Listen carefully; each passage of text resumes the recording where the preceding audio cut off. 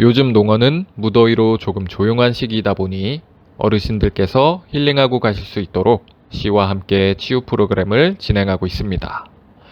더위 속에서도 꽃들은 피어나니 여름에 피는 야생화들을 만나보도록 하겠습니다.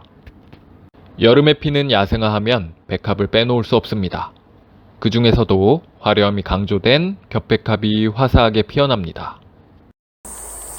백합 옆으로는 토종 참나리의 모습도 볼 수 있습니다. 참나리는 키가 매우 크게 성장하고 번식력도 굉장히 강한 편입니다. 시골에서는 나물로 많이 재배하는 삼립 국화입니다.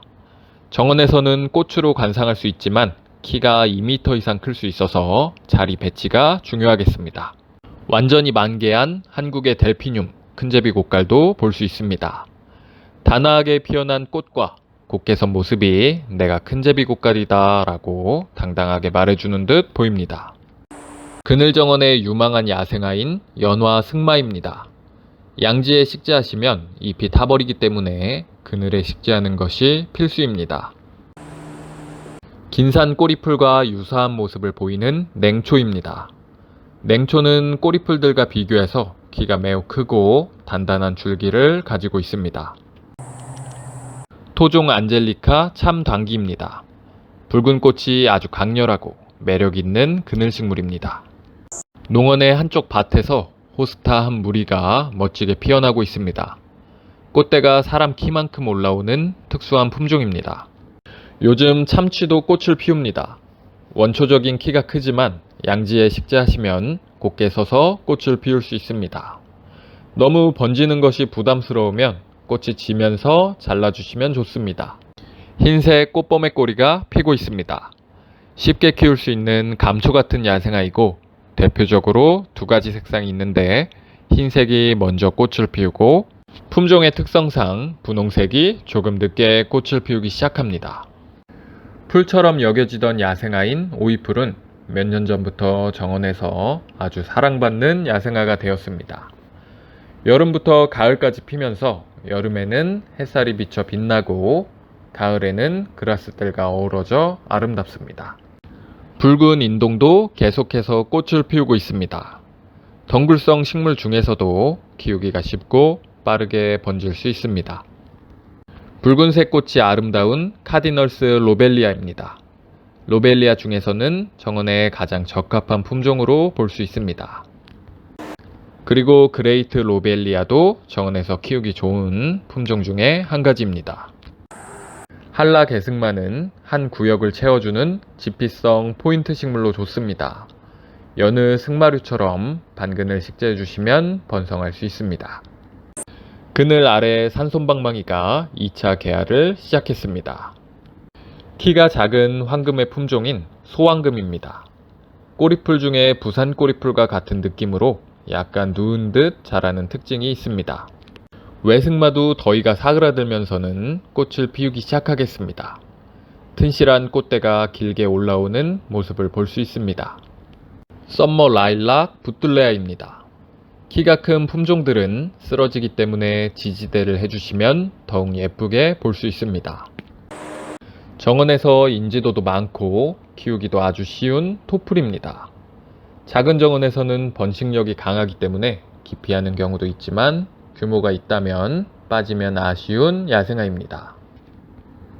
벌개미치도 토풀과 마찬가지로 번식력이 굉장한 야생화입니다. 꽃이 오래가고 튼튼하지만 역시 작은 정원에서는 조금 과하게 느껴질 수 있습니다. 밭 한가운데 뜨거운 태양을 견디며 앙증맞은 꽃을 피우기 시작한 땅나리입니다.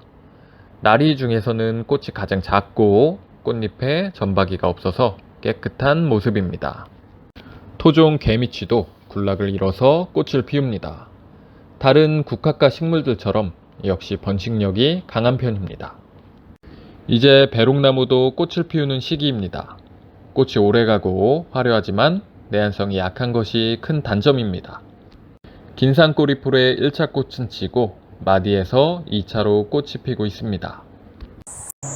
부용도 산뜻한 색감으로 피어납니다.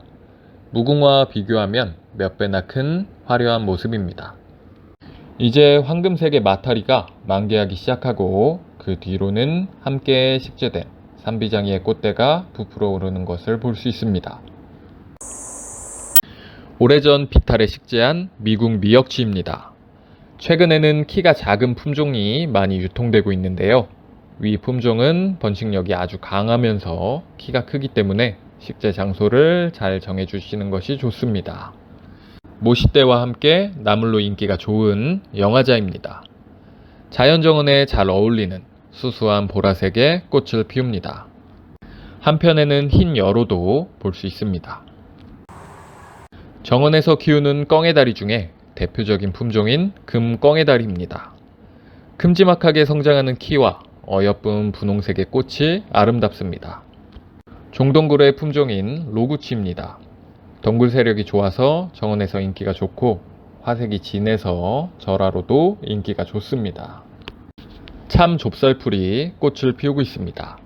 참좁쌀풀은 좁쌀풀에 비해서 키가 작게 성장하는 특산종 야생화입니다. 비비추의 품종인 주걱 비비추입니다. 주걱 비비추는 아주 진한 보라색으로 꽃을 피우는 품종이고 잎이 촘촘하고 꽃이 탄탄해서 매력 있습니다.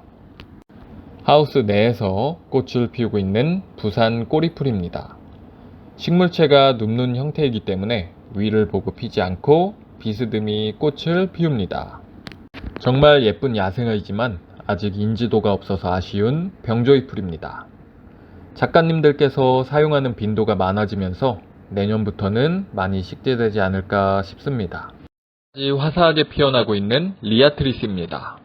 건조하고 척박한 곳에 식재하시면 비에도 안 쓰러지고 탄탄하게 볼 수 있습니다. 키아 중에 키가 60 정도로 아담하게 피는 품종입니다. 원래 키가 적당해서 키가 커서 쓰러질 염려 없이 볼 수 있습니다. 그럼 이번 영상은 여기서 마무리하도록 하겠습니다. 감사합니다.